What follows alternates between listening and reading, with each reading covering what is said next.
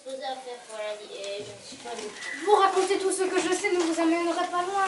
Je ne suis qu'un personnage fictif tiré du livre et représenté dans les nombreuses séries télévisées où on a donné des personnalités bien différentes. Par contre, nous pourrions demander à ces gens-là. Votre Seigneurie. Yo mec, ça va? Êtes-vous tombé sur la tête? Mais, Robert, on ne s'adresse pas ainsi à un roi. Mais Jeanne, as-tu déjà entendu de tels mots sortir de la bouche de quelqu'un? Veuillez nous excuser, mais votre roi Arthur a avalé une mouche à grataine pour soigner ses verrues. Depuis, il arrive de s'exprimer de manière étrange. Cette conversation devient de plus en plus curieuse, Jeanne. Cela suffit, je suis votre roi et je vous ordonne de me faire visiter les lieux, chers paysans. Nous ferons comme le roi désire. Nous sommes ici même dans votre château. Oui, des murailles en pierre, des bourgs, un joli donjon, comme tous les châteaux. Non, votre seigneurie, nous sommes en l'an 1132 et votre château est en pierre. Mais au 5e siècle, nos ancêtres construisaient des châteaux en bois sur une colline ou sur une grosse motte de terre. Ils comprenaient déjà la basse cour et la haute cour pour surmonter un donjon. Mais comme ils résistaient mal aux incendies, on les a très vite remplacés. Ils sont construits pour résister aux envahisseurs des lords barbares, puis l'Europe de toutes parts. Pour protéger leurs terres et leurs sujets, les seigneurs locaux font construire les premiers châteaux forts. Je trouve ça étrange que ce soit de simples paysans qui doivent expliquer à leur roi ce qui se passe, monseigneur. Donc, pour en revenir à notre conversation, cher roi Arthur, quand on ne peut pas construire un château sur un site imprenable comme une falaise, on multiplie les pièges pour repousser l'ennemi, en créant de profonds fossés, parfois remplis d'eau, ou encore 2 ou 3 murs d'enceinte, ou des tours percées d'archères pour les tribus de flèches.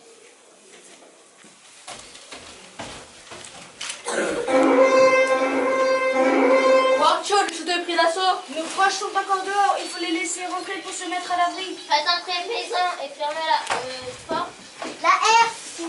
Et fermez la haie.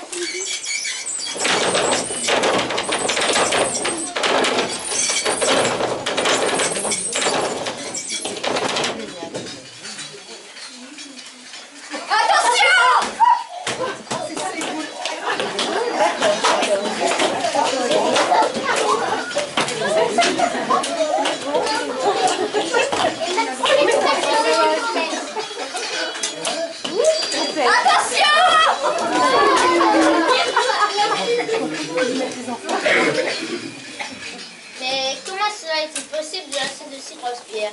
La force humaine n'est pas suffisante. Pour barrer des forteresses, les assaillants utilisent de grosses machines, peuvent lancer de gros boulets de pierre à plus de 200 mètres. J'en ai construit une en miniature. Il faut assurément être dans un beau rêve pour qu'une chose comme celle-ci ne se produise.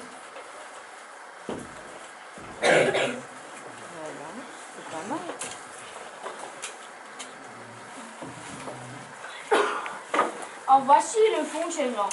Une perche est liée à un contrepoids articulé appelé huche.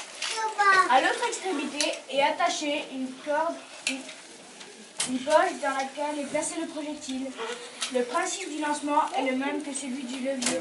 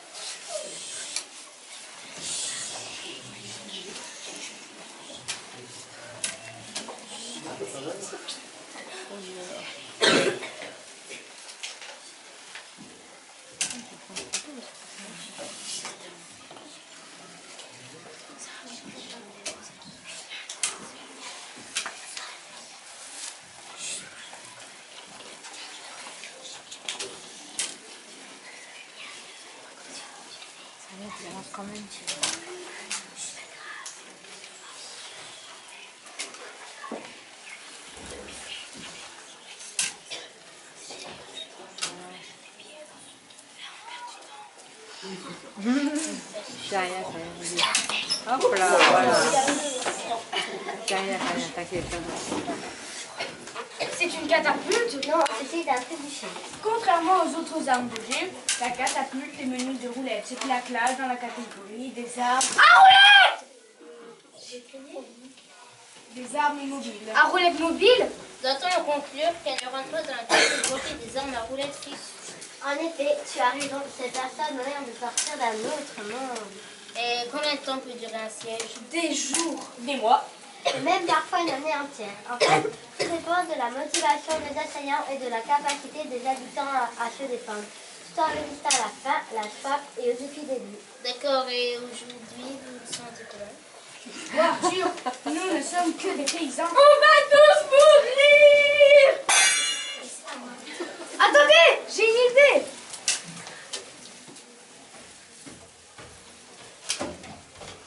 Les gars, je vous préviens, on a entraîné une trentaine de mercenaires. Ils sont moches, ils ont des pustules, des verrues, même que quelques-uns morts sur 30 à l'instant où je vous parle. Ils rugissent d'impatience à l'idée de vous faire la peau. Il suffirait que je m'énerve pour vous les envoyer et ils vous dévoreraient sur place. Bon, ça c'est votre compte là. Rugissez, nous les gars,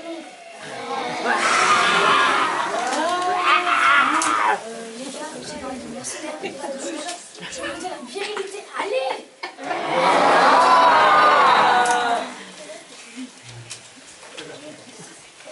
Ah bah voilà quand vous voulez.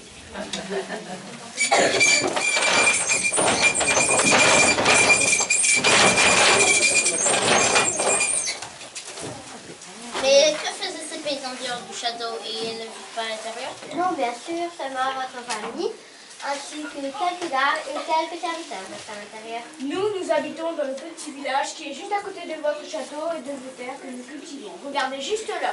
Vous me feriez cette idée?